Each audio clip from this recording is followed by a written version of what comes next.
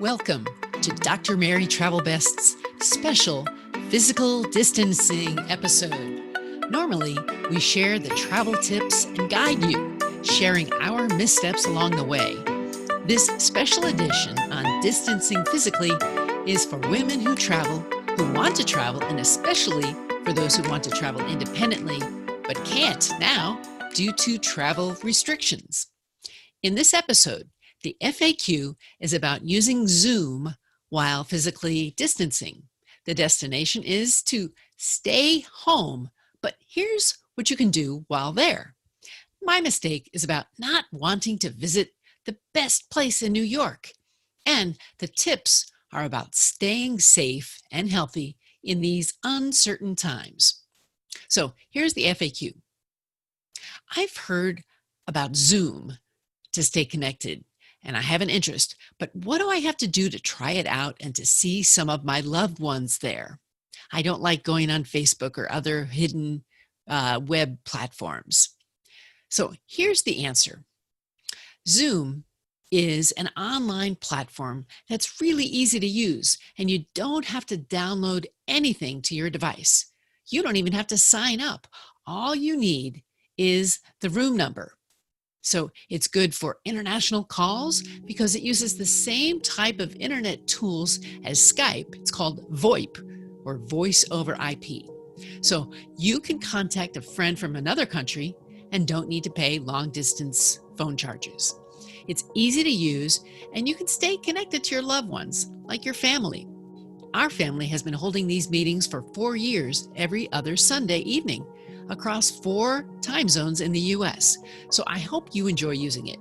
It's free for up to 40 minutes and for up to 100 people. So here's the stay at home destination. This is socially united, distancing physically. So in this destination, we're going to cover 4 things. Number 1 is to help you find a new place to travel virtually. Yes, on YouTube. The second thing is to explore great books. Number 3 is an atlas. And number 4 is to clean that travel clutter away.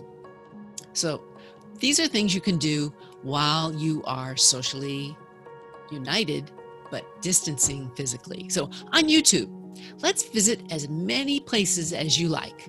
With the click of your finger on the keyboards, I just took a visit virtually to Denver, Colorado. Was that ever exciting? Yeah, it was. Yes, and I do have a trip planned there for early May, and it may or may not happen.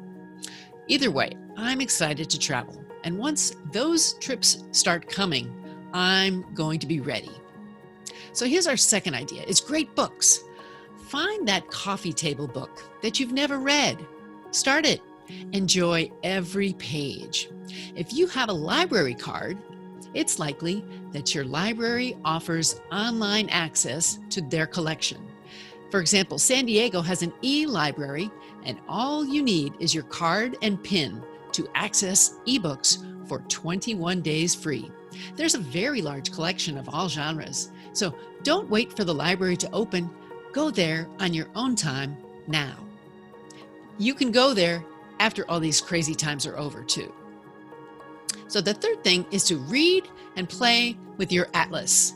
It's full of new destinations that you will take once this unusual time is over. Do you have an atlas? Do you have a globe? Maybe a map of the world? This is the time to take that for a drive with your mind, that is. Make believe you're planning a trip. And where would you go? The fourth thing is to clear your travel clutter. Do you save stuff and then wonder why you did?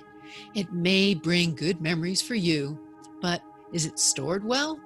I did the Marie Kondo thing a while back and got rid of my clutter, but it may be a good time to do that now. One of my friends is scanning all her slides to her computer. That's a big project. So for you, just clean the clutter and start fresh once the crazy is over. So now here's for today's mistake.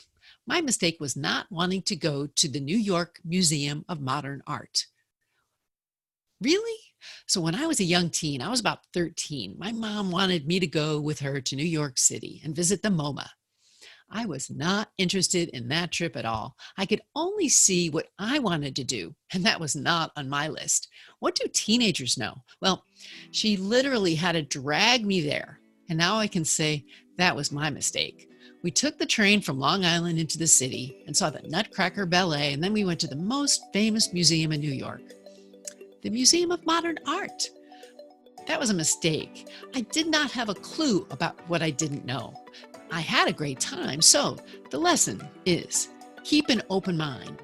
Learn from others, no matter what your age is, and you can always get good advice and enjoy something new. So today's travel advice. This is not the time to get a passport. You should be visiting the CDC and the State Department and your government websites for the most up-to-date travel and accurate travel advice. As of today, you will not be able to get a passport for travel outside of the country except under certain circumstances, and those are listed on the Passport Operations in Response to COVID-19 page. And as of today, March 27, 2020, one of the reasons is for life or death emergencies, and you will need to prove that. So it's not a good time to get a passport. But today, I do want to bring meaning to your travel. So thank you for sharing this guide. And if you want to know more, you can search for Dr. Mary Travel Best on Facebook groups, Instagram, YouTube, and Amazon, where someday soon you'll read our updated guide.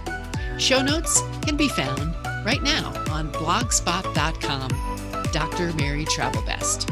I'm looking for you to travel best, so go ahead, let me know what's on your bucket list.